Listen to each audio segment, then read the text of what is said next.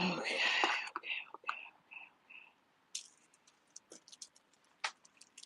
Hello, is me you're looking for? All right.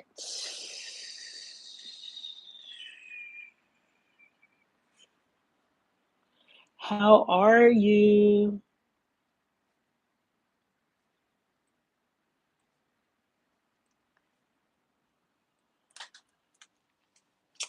Hi, YouTube. It's me, D Ramsey, Lotus Flower Queen.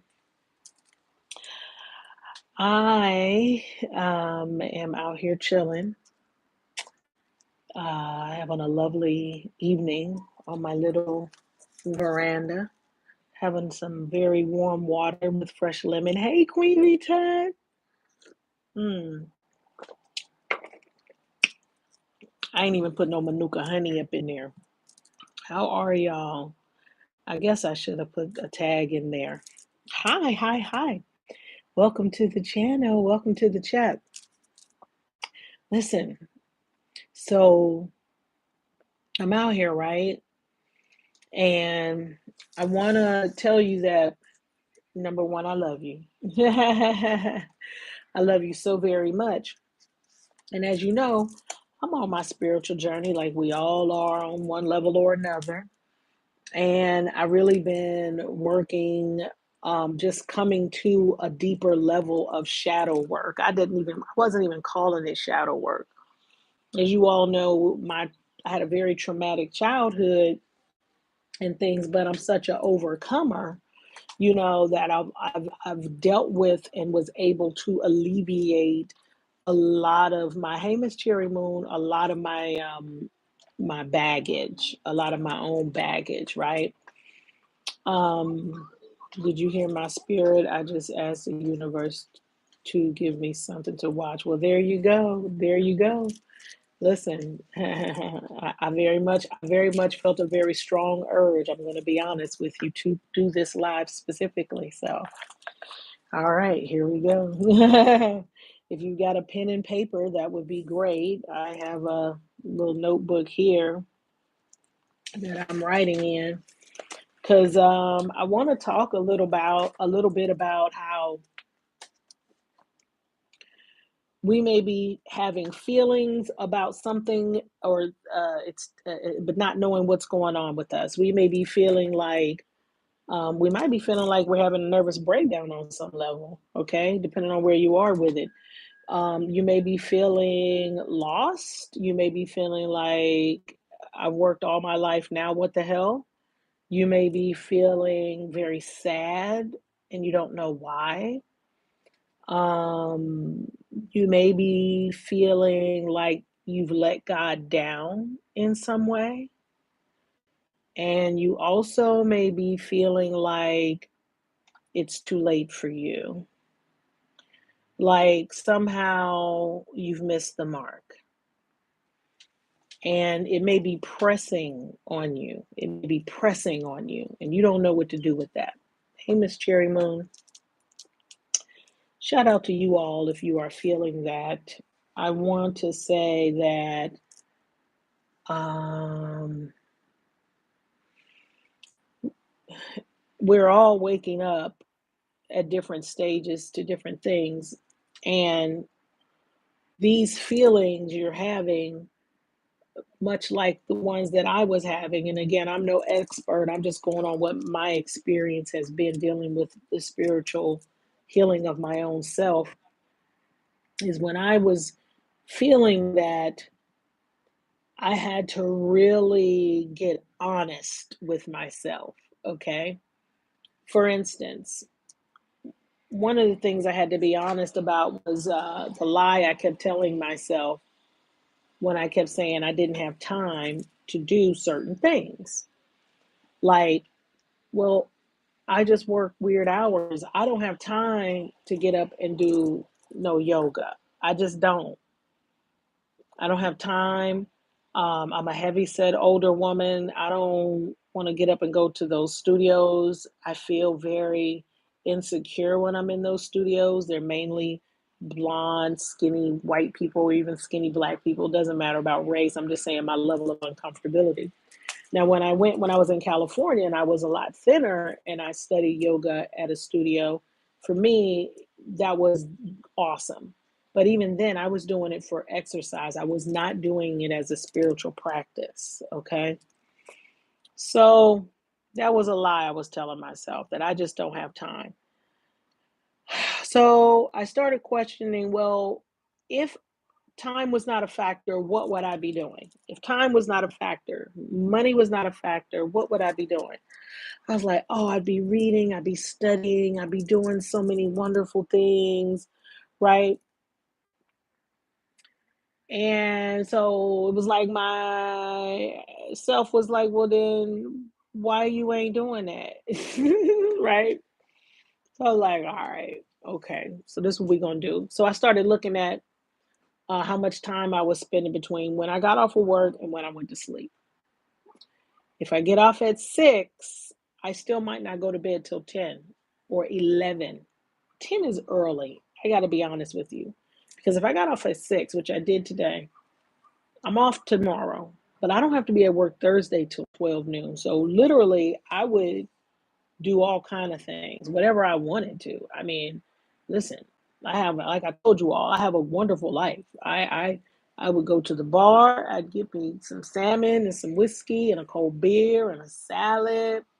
And that's even when I was doing good. When I wasn't doing good and I was eating every damn thing under the sun, I'd be at that same restaurant, but instead of salmon, I'd be at the brisket bay because it was delicious. Okay, I tell people, when I was eating meat, I was eating the shit out some meat. Okay, I mean, to this day, I mean, I know now how bad it is for me, and all of that. But at the time, the motherfucking bacon nets, hot and spices, man. Hey, JC Goswell, woo woo. That's what's up. Thank you, baby, for listening in. But okay, baby, the bacon nets, hot and spices with my Michelob Ultras, y'all know that was my jam. Y'all know that was my jam. That's why I can see now why I was called to be so honest, at least as honest as I was willing to be at the time. Check that shit on here with y'all. I'm very glad. I'm very glad when I look back. I look back at all the fuck shit, okay? Whether it's using my powerful voice to down other people, okay, being all up in my ego, not being kind with my words. And again, I wasn't like that all the time. I definitely am a spiritual person and have been showing my spiritual side to you all the whole time. But what I want to say is what I have been feeling here lately is to take that up a notch, to really get serious because there's something happening. There's a change and it's a coming. I don't know everything about it, to be honest with you. I do not. I am, when I tell you the great philosopher says, all that I know is that I know nothing, I am a infant in this shit. Okay? Honestly, I just have been striving throughout my life to be better and to have a deeper connection with the divine because I understand that that's going to help me, right? Conquer my demons and all these things. Well, as you all know, I'm big on you got to do that yourself, right? You got to do that yourself. And so the first part that I started really doing, like really focusing on, is meditating. That is the very first part where I could honestly tell you I felt an absolute change. I felt an absolute change. And the wonderful part about it is it was so subtle. Hold on, I'm writing these things down. Um, it was so subtle, the change, the first change, and the only thing that I was doing, to be honest, was closing my eyes and for about 10 minutes every morning. Like I said, not waiting for my mind to be quiet, none of that madness. That's ridiculous. I have the book Bliss More. I actually sent it to my son, by Light Watkins. Bliss More: How to Meditate Without Really Trying. It's all about get comfortable. You ain't got to do nothing hard. Like, I was like, okay, nothing scary, just very wonderful. The first symptom that I knew, hey, Lulu B, hi, baby, thank you so much for being here. Love and light to you. Was this feeling in my belly that would be like butterflies, or an anxiousness about something whenever I had to do something, or I had I don't know, it wasn't even a fear, but like a second thought, not really sure, second guessing myself, all up in here. Shit went away. Went away. And I remember like physically going, I don't feel that. That's what's up. My mind is super noisy at times. That's Jay, baby, you don't have to ground yourself. That's what I'm trying to tell you, love bug. You don't have to ground yourself to meditate. Honestly, the only thing you have to do is sit still and close your eyes. That's all. Your mind's going to do what your mind's going to do. You have to discipline. That's the first key. Hey, mysterious mermaid, that I learned is, and guess what? I would totally miss days from time to time. I would sometimes not do it super early, sometimes do it in the evening. Not in the evening, but in the afternoon, or I wasn't really good at the afternoon. I've done it when I wake up to go to the bathroom at 3 in the morning. I've also done it where I get up if my husband is snoring up a storm and I got to come into the living room and it's bright, bright in there. I just go close my eyes and do what I got to do. I just sit there quietly. I put my recliner up. You know what I'm saying? It's not about anything mystical, or when I say it's nothing mystical, meaning it is literally simply just sitting there and closing your eyes. It really is. You started the breathing. Yes, the breathing helps. Breathing helps. Breathing exercises help so very much. That to me, I think, was the second portion because they go together. Now, I got to tell you, even though I have not been a breather, I mean, a meditator throughout my journey, I have been a good breather. I have kept breath. I'm learning that from Queen of Fu, although she was big on fire breaths. I didn't do a lot of fire breaths. But once I learned alternate uh, nostril breathing, I've never given that up. I've never given up retaining my breath, breathing deeply, the Ujjayi breath in through your nose deeply, fill your belly up, expand your chest. You expel for your belly to your spine. That's that training I'm so grateful for because even though I literally seem to have put myself back to sleep on some level, even though I was striving and I was doing my manifesting, I really was not going within and I really wasn't tapping into the deeper levels. Um, but I'm grateful. I'm here now. I told you all that I knew that I would get some power when my sister passed. And I had one sister who didn't even like me. She ain't like me. She ain't like me, but she passed. But then my other sister, my oldest sister, she passed. And I knew when she passed, I'd get some power. And I didn't know what that meant at the time. I really did not. And I don't really know all the power I've gotten, but I do know that it's like I got a shaking, a, a wake the flip up. And I'm very grateful for that because one, I'm not talking about anything that I didn't already know I was on the planet to talk about. Do you understand what I'm saying when I say that? Hey, Paige Turner, I would know what you use for spiritual bath cleansing. My condolences to you. Oh, absolutely, absolutely. So the easy thing, and then we'll talk about how I knew I would always talk to people and how I knew that this is what I was supposed to be doing, which is helping you all as I help myself through my stuff. Okay. Um, we'll talk about spiritual baths momentarily. I'm gonna write it down because one thing I know is I get off track. Right? I get off track. But what I wanted to say is, in one way or another, this has been my life's work. This has been my life study. Um, and again, I am just now scratching the surface. Hey, Miss Califia, of any of um, what I'm talking about. But what I will say is, um, dealing with my shadow, because that's the other part of feeling really good, right? When I tell you all the secret says, hey, feel good, feel good, which is true.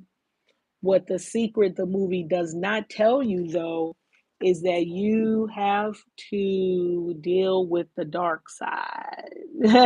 You got to deal with your own SHITTTT and whatever that means for you, right? And it's normally lodged and starts in our childhood. Now, I have dealt with a lot of my childhood stuff, a great many deals. But however, this last here, and when I say this last here, I'm talking about I feel like a shit. Yeah, I'm gonna say it, a kindergartner. I wasn't gonna put myself back that much, but maybe junior high. Maybe junior high, but shit, right? Like I feel like a baby.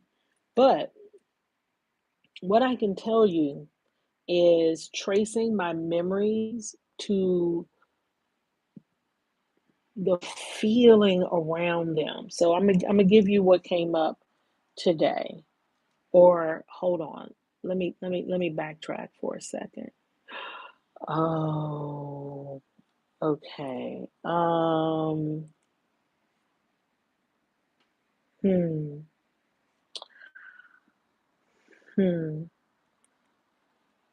Okay. And then okay. Okay. Um uh mm, right, right. Okay. Yes. So check it. I am from South Central Los Angeles. I've told you all this. My mom, when I was 2 years old, moved us from Pittsburgh to Los Angeles. And we were in Los Angeles proper. My mom, a former foster child herself, um,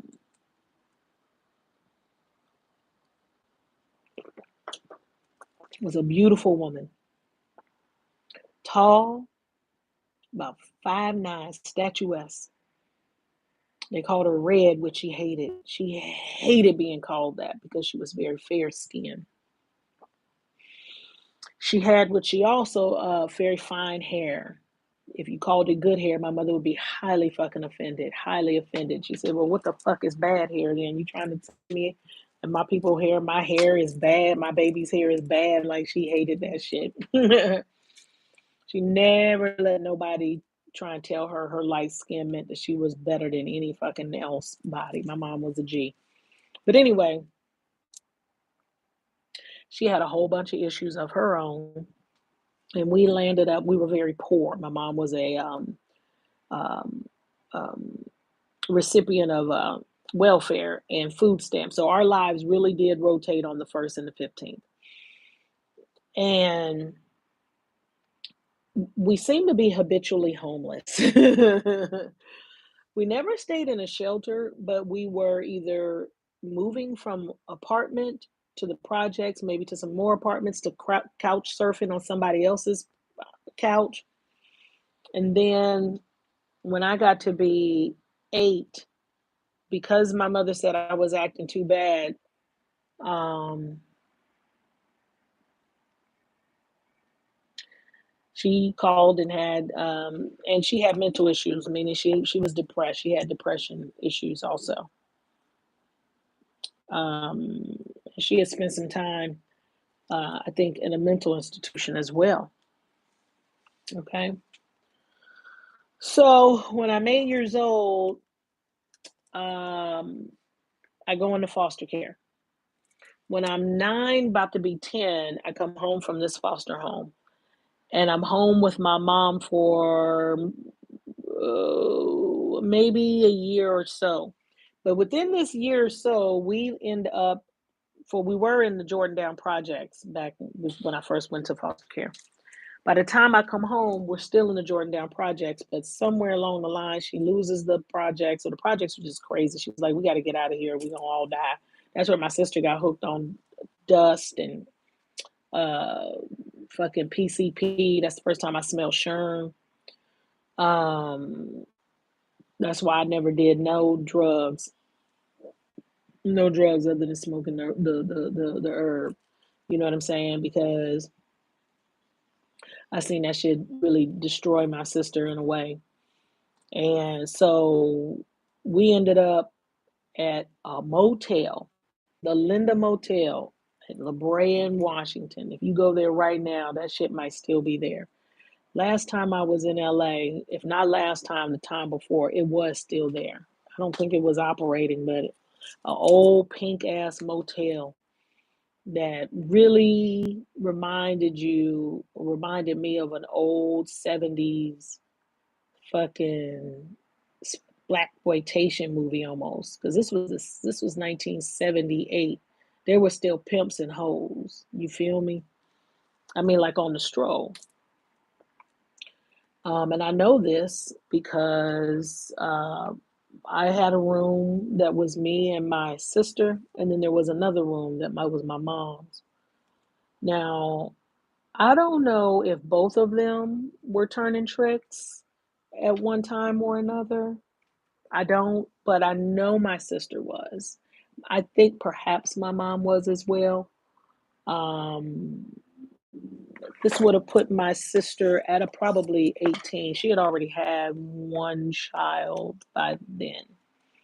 And she had already ran away and had to be rescued from a pimp. She had already been on the whole stroll. She had already been living a very hard life already. Already. And this my sister was a genius. They told my mother that she was a genius. She was an artist. Um, that could draw and paint in a most magnificent way. Hold on one second. Babe, hand me Dee Dee's painting, please. Can you just hand it to me? Please. I'm sorry. Ain't nobody gonna see you. I say ain't nobody gonna see you. Hold on, y'all. What, baby? Yeah. Thank you. Appreciate it. Oh, sorry. Okay. This is my sister's, one of her pieces. Okay.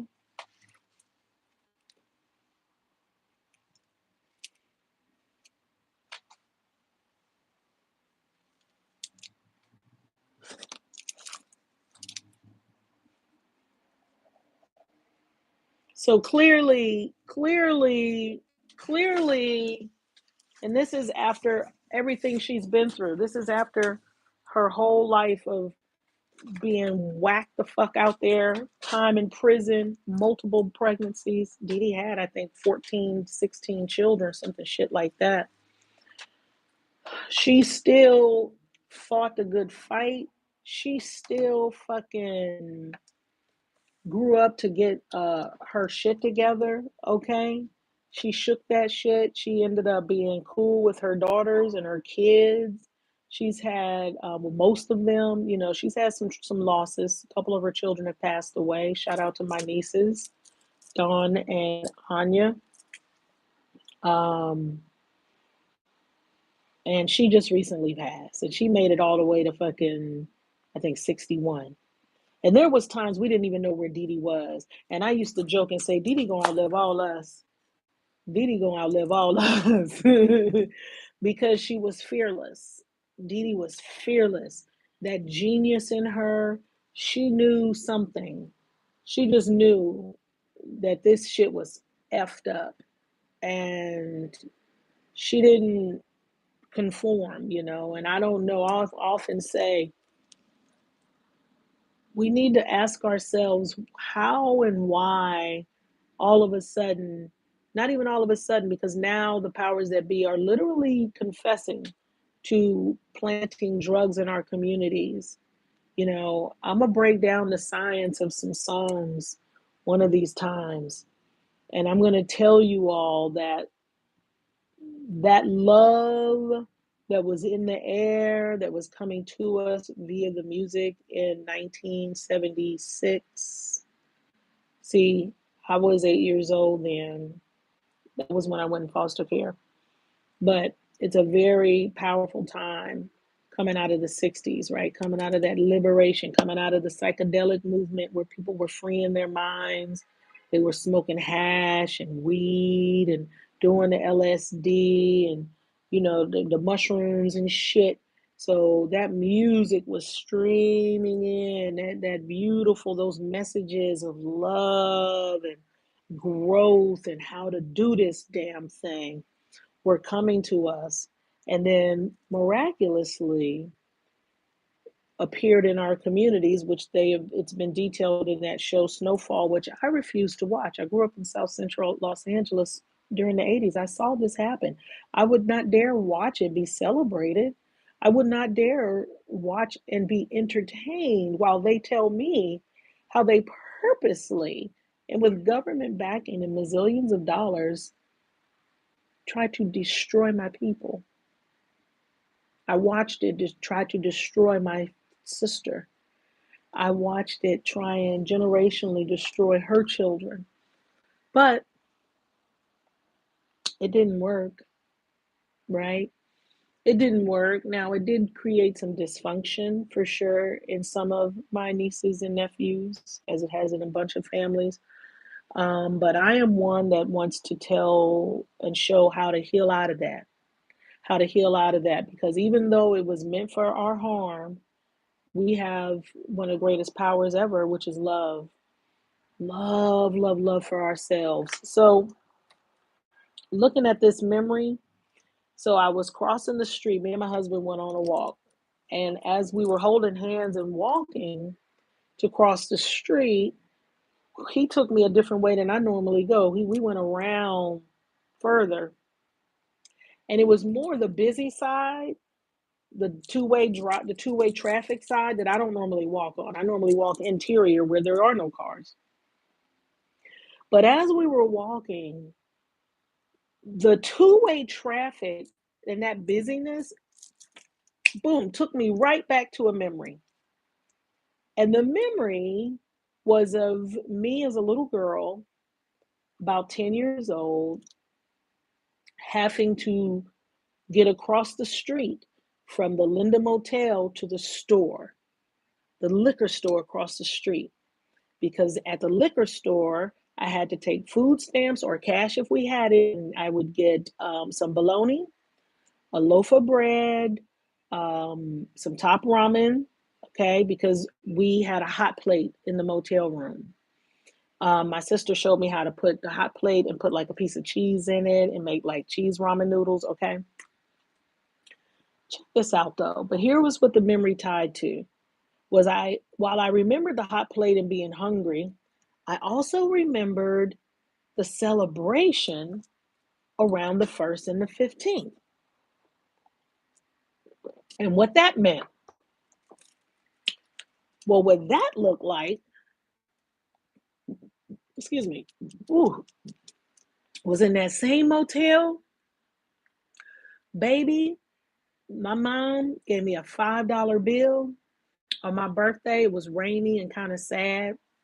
Nobody was there, and but she gave me a $5 bill, and I got to go down. I walked down to the little hamburger stand, the little like hole in the wall. Okay, now this is like 1978. Okay, baby, and got this chili cheese motherfucking burger, a double chili cheeseburger with these fries, baby, with the yellow peppers. It was so good. It was so fucking good. And I got like, I don't know, like a Pepsi Cola or whatever. Absolutely delicious to me. Okay. And then also, what I remember from right there was this barbecue place that on those occasions when we had money, baby, mama would get me some of those baby back ribs. Oh my, LA, Los Angeles, baby back ribs. Say what now? Oh my Lord. So good on the white bread. Okay, on the white bread. I remember that. And it reminded me, it told me something that this memory where I felt and understand where I got this idea of depravity from, of not having, I can also now see where I wrapped food around celebration.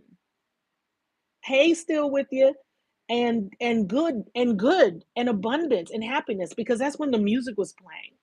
That's when the vibe was going. You feel what I'm saying? That's when you could smell the weed in the air, and everybody got paid, and everybody was feeling good as fuck. Whether it was in the projects or the motel or whatever, people was swaying to the music, and even though we was eating bad food, it was still a celebration. It was good times. So for me, I have tied food to not only abundance, but also good times. And dealing with my shadow was going in and seeing that depravity, really looking at what it meant, and feeling what it felt like to be without. That's also the Linda Motel is also where um, I would go in the back of the dumpster, okay, and that's where I would play. So I was there by myself. So the dumpster, I'm talking about the big ass dumpster. Like, I'm at my apartment right now. There's a big ass dumpster over there. Okay. I would, I took a sheet and I built this little world behind the dumpster of the Linda Motel, and I put the sheet up. It's amazing. I didn't die of like dysentery or some sort of infection, but I've always been covered, always. But in this little world, baby, I had a little restaurant. I had a little restaurant. I had taken a grocery cart basket and turned it on its side and pulled it this way.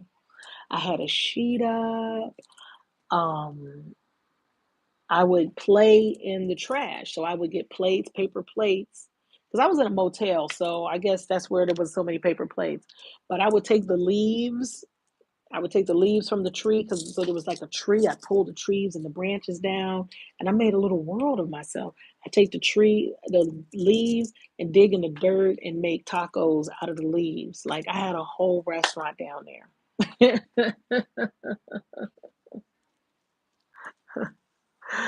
Okay. And whoever my little friends were, my imaginary friends that I was serving, let me tell you something, they are still with me, still hanging out. Because I always felt loved and taken care of, even then. Even though when I look back, I can see how having those experiences created fears within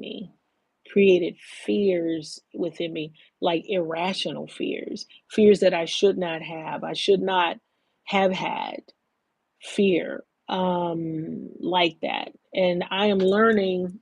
I want to show a couple of the books that I just have these. I just got them, guys and gals, souls that I love so much. So I want to tell you honestly, I just got these books myself. So these are not reviews as of yet. Hey, Honey Child Home Style.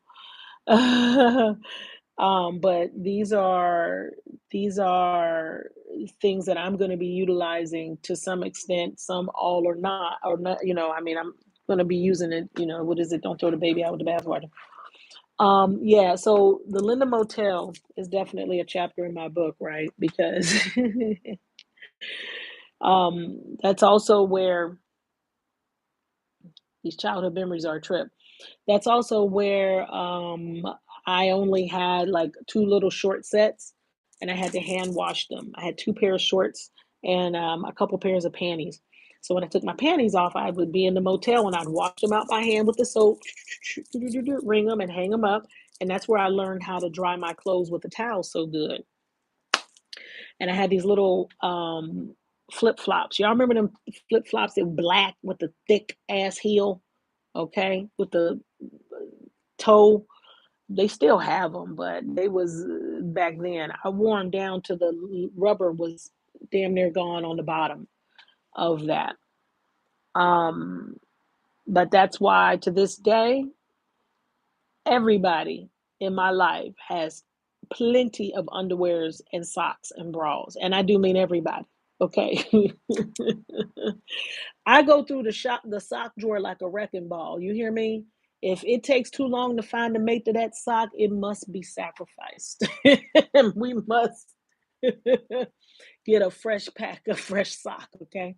We all have fresh underwear, baby. If I see some underwear and they have any hint that they may be tattered in any way, baby, they must go away.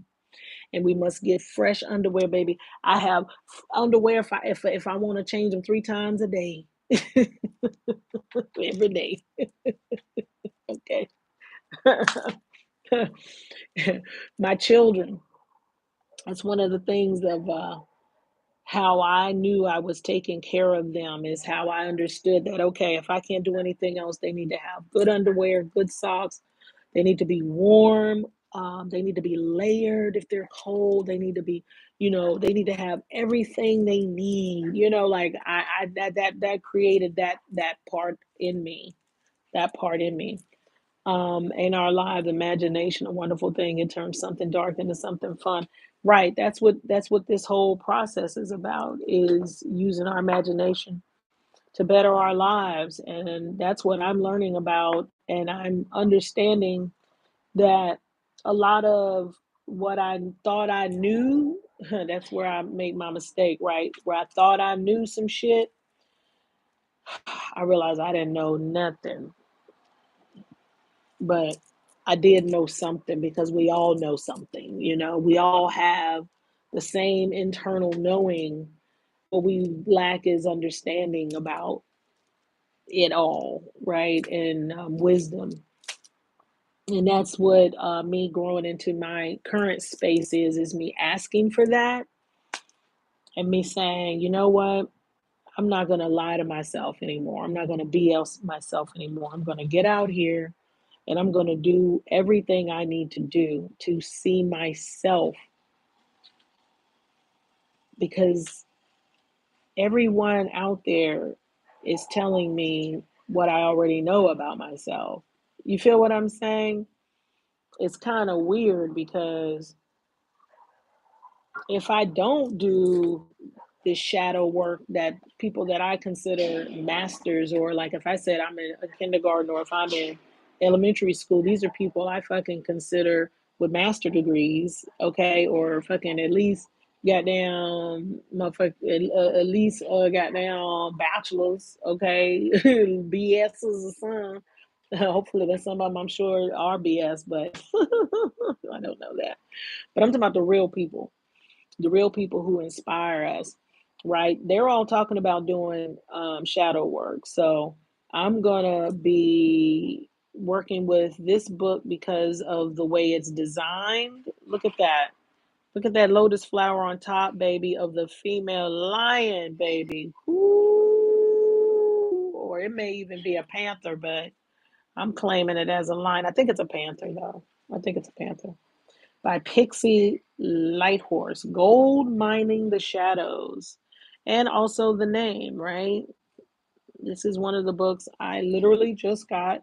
I am still at the introduction. I just got it yesterday, so I'm literally just beginning it. Okay. So if anybody wants to join me, I'm just going to show you some of the resources I'm using, which is one, Gold Mining the Shadows. I don't know what it tells, going to tell me what to do.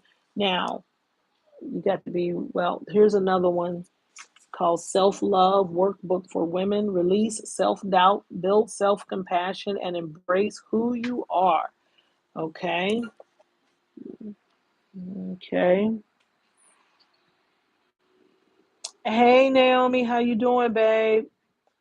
Okay. And that's by Megan Logan. Now, again, do with these what you will, but the most important thing about doing your shadow work that I can tell you is the answer for me thus far. I have not begun this. I have not begun this.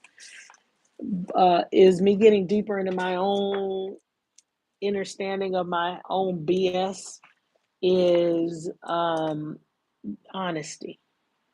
It seems to be honesty.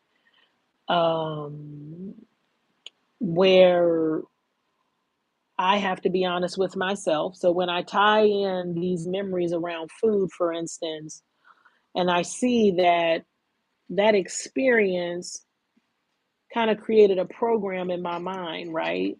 One that I agreed with. I agreed because also my very first foster home was when I was 8. And that was the lady who ate the food but would not, she was the pastor's wife. She did not want to share. So she would like get T-bone steaks and eat the meat, and we would have to eat the bone. This lady. That's the kind of that's the kind of hurt because she must have been hurt too. You see what I'm saying? Think about that for a minute.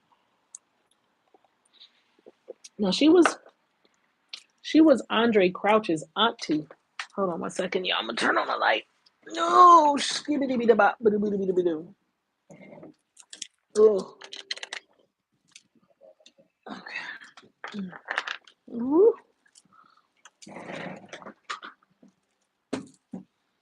Alrighty. Okay.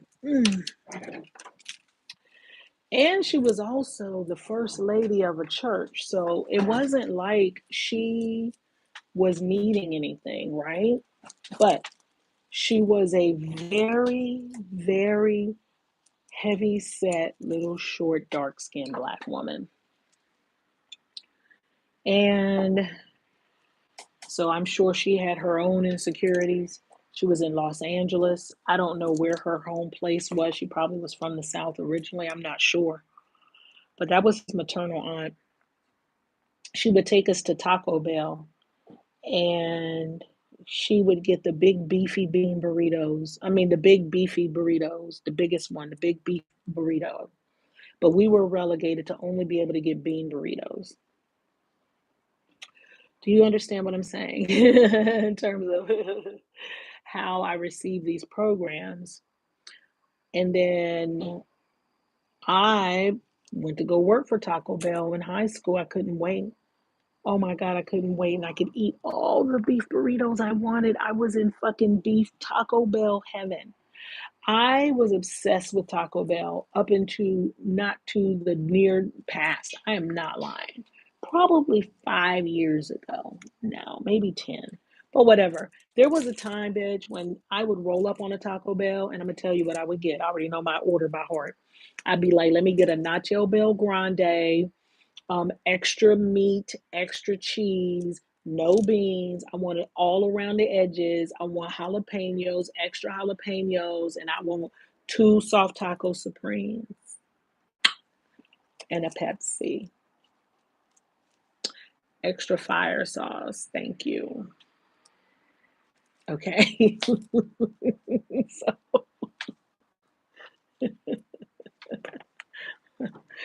For me not to be eating Taco Bell right now is a whole miracle, okay? Because it was deeply, deeply programmed into me to love it. Well, either or, I could have chosen to hate it, but at the time I chose to love it. But when it comes to me taking responsibility for my feelings around food and feeling deprived and why I have to, you know, overeat or eat what I know is not good and not move my body, which is a whole nother issue, a whole nother shadow dealing with. Okay, you can't deal with jalapeno peppers. You had that ordered down. Okay, Queen V Tut, I had that ordered down, girl. So I know what it's like to say, you know what, I was okay with giving up certain things because they could not satisfy any part of me. Um, and where I'm trying to go, where I'm trying to get to, those things don't serve me. I've learned that those things energetically hold me down, hold me back, kept me from being able to get in where I fit in. This is another one I'm very excited about. This is Awakening the Cosmic Self Journal. It's a 365 days by Hotep Kemetu for 2022. I don't even care that it's May and I'm going to start in June, because when January comes around, I'm actually going to start. What I'm going to do is I'm going to double up, to be honest with you. What I'm going to do is I'm going to double up. I'm going to double up. I'm going to go into January and read what January 1st is, because I know that I can catch up. Like if I ain't missing nothing. I'm going into January, see what January had, do that homework, whatever that was, and then boom, boom, boom. And then for my day, then I'm gonna do whatever it is for my day. Okay. And I know that I can do that because I had to do that in order to graduate from high school. I did not get to walk in high school. Sexual energy retention tracker. I think that's for men. I'm not gonna, I mean, I guess I can do it. Meditation yoga tracker. That's wonderful because I do now have a yoga practice. I've been doing the yoga chakra. Please put those on your community wall. I will. I will. I will. I will. I will. I will. I'll take a picture of them. It's thus far a very, very good informational. So this 30-day challenge, I'm gonna try and see how many of these things I can fit into these 30 days, right? I mean, do these things for 30 days or get started. Journal every day. Yes. Go for a journey, start writing a book, eat more fruits and vegetables, go on a holiday, exercise every morning and evening, go outside my comfort zone, go to bed earlier, create more time for my children, talk to like minded people, create your ideal future, spend more time in nature, take a different route, start a dream journal, watch the sunrise, learn about myself and ancient history, learn about astrology and ancient god and goddesses, clean my environment often, listen to classical music, practice yoga, read a book per week, find a mentor, start a new hobby, meditate, learn about my connection with nature, do nothing, chill at the beach, tidy my workspace, read a nonfiction book, start my dream life, have more fun with or without family. And then there's different, tells you how many days if you were able to go 3, 6, 9, 30, 60, 90-day vegan challenge, were you able to keep it up through there. And then look at this right here. So you see, we're going through this one here. Says inner work, resolving traumas, past issues, inner healing, adopting healthy feeding habits, detaching from the matrix. How do you feel? What am I so insecure about? What do I find hard in letting go? What triggers me most times? What am I so scared of in life? Am I comfortable in my own skin? If not, why?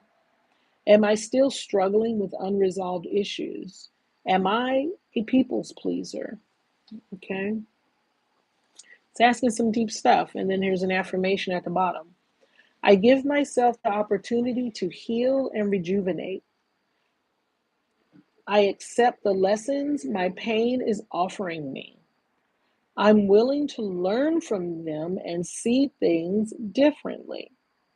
I am always journaling my goals and dreams every day, and I know I am capable of achieving them. So, let me tell you about this part right here, that second line. I accept the lessons my pain is offering me. Well, up until I read that, I didn't realize what I'm about to say, but I just now made a connection. Bless you. Oh, thank you. Kicking it with Kims. I love you. And again, y'all, that is Wakening the Cosmic Self Journal Notebook by Hotep Kemet to You. Okay. I got it, I think, $36 on Amazon. Okay. Looks really, really good, really thick. Um, and look at the journal pages for the days, you know. But um, reading that right there led me to a thought that I was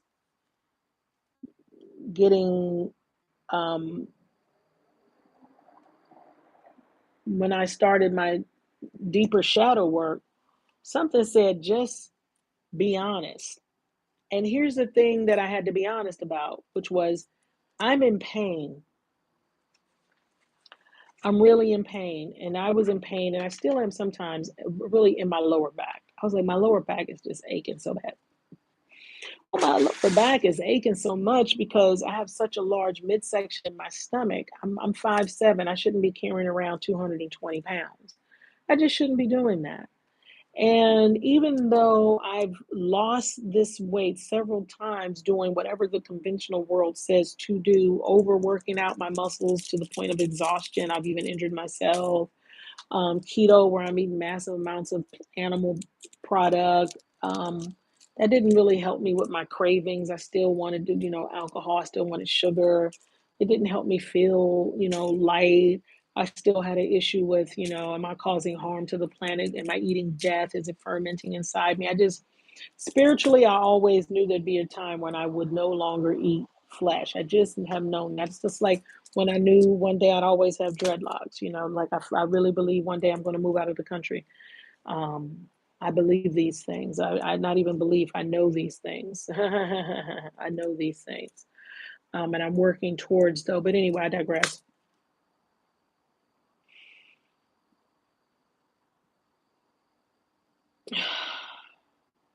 When I really took a moment to look at how hard I've worked to make sure I can eat good food, whether it's fresh organic vegetables, or I can go to a fancy steakhouse,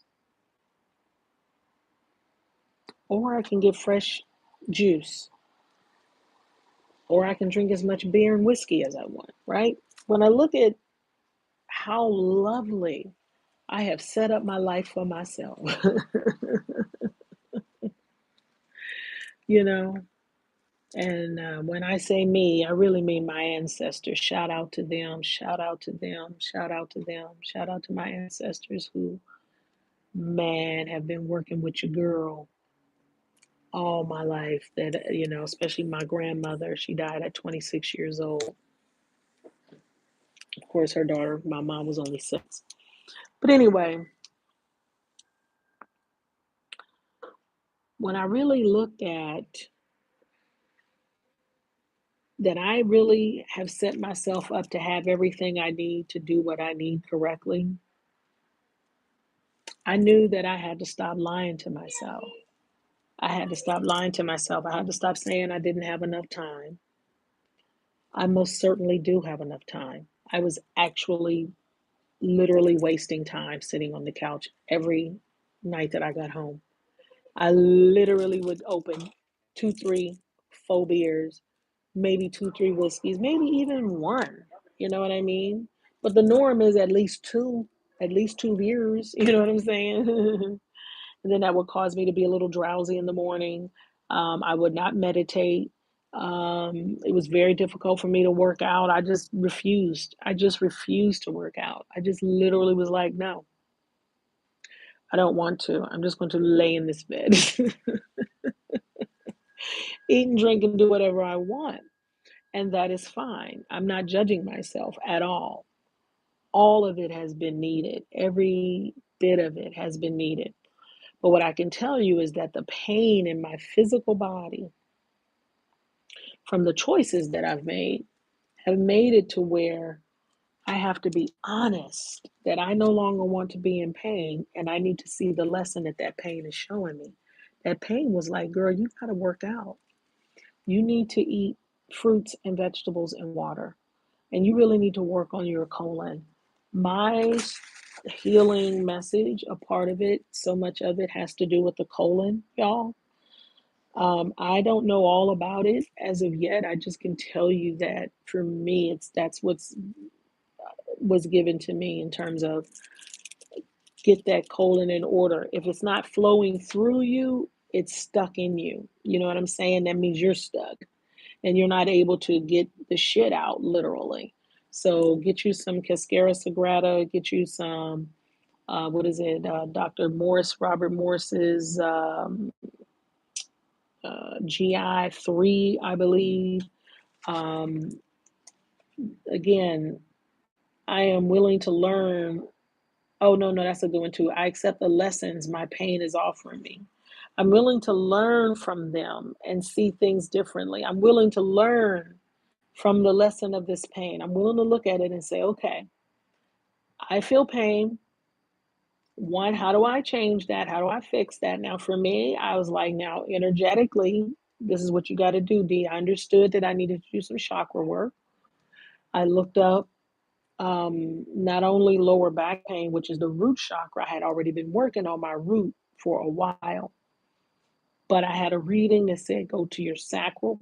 And then I read what was up with the sacral. I said, that makes sense. So I've been working on my sacral, like I said, for 30 days, just the sacral. I've been doing my sacral yoga with just that for 30 days.